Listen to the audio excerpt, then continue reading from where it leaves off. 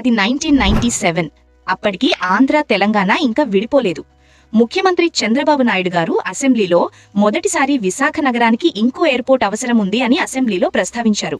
అప్పుడు ప్రజల్లో, ప్రతిపక్ష పార్టీ నాయకుల్లో ఒకటే డౌట్, విశాఖలో ఆల్రెడీ ఒక ఇంటర్నేషనల్ ఎయిర్పోర్ట్ ఉంది కదా, మళ్లీ కొత్తదెందుకు? అయితే ఈ వీడియోలో ఈ భోగాపురం ఎయిర్పోర్ట్ వెనుక జరిగిన నిజాలను చెప్తాను. విశాఖ నగరంలో ఉన్న ఎయిర్పోర్ట్ మల్టీ ఫంక్షనల్ ఎయిర్పోర్ట్. అంటే ఈ ఎయిర్పోర్ట్ ని ప్యాసింజర్స్ ఫ్లైట్స్ తో పాటు డిఫెన్స్ సిస్టమ్స్ అంటే నేవీ, ఎయిర్ ఫోర్స్ ఫ్లైట్స్ కూడా ఉపయోగించుకునేవి. దీనివల్ల సెక్యూరిటీ రీజన్స్ తో ప్యాసింజర్స్ ఫ్లైట్స్ కి లిమిట్స్ ఉండేవి. సివిల్ ఫ్లైట్స్ కి, డిఫెన్స్ ఫ్లైట్స్ కి అంతరాయాలు ఏర్పడేవి. మరియు భవిష్యత్తులో విమానాశ్రయం ఏరియాని పెంచడానికి ఎటువంటి అవకాశం కూడా లేదు. ఇండియన్ నేవీ కూడా భవిష్యత్తులో ప్రయాణికుల విమానాలకి ఎక్కువ రన్వేలు ఇవ్వడానికి అవకాశం లేదు అని స్టేట్మెంట్ ఇచ్చింది. దానితో విశాఖ నగరానికి ఒక కొత్త ఎయిర్పోర్ట్ అవసరమయ్యింది. 2004 ఎలక్షన్లో చంద్రబాబు నాయుడు గారు ఓడిపోయారు. కాంగ్రెస్ గవర్నమెంట్ అధికారంలోకి వచ్చింది. వైఎస్ రాజశేఖర్ రెడ్డి గారు ముఖ్యమంత్రి అయ్యారు. ఆ తర్వాత 10 సంవత్సరాల వరకు భోగాపురం ఎయిర్పోర్ట్ గురించి ప్రస్తావన రాలేదు. 2014లో ఆంధ్ర, తెలంగాణ విడిపోయాయి.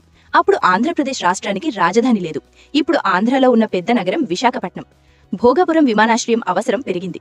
2014లో చంద్రబాబు నాయుడు గారు అధికారంలోకి రాగానే భోగాపురం ఎయిర్పోర్ట్ పై దృష్టి పెట్టారు.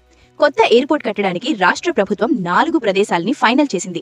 సబ్బవరం, అచ్యుతాపురం, కొరప్రోలు, భోగాపురం. చివరగా ఉత్తరాంధ్రని దృష్టిలో ఉంచుకుని భోగాపురంని ఫిక్స్ చేసింది. ఎందుకంటే భోగాపురం శ్రీకాకుళం, విజయనగరం జిల్లాలకి కూడా దగ్గరలో ఉంది.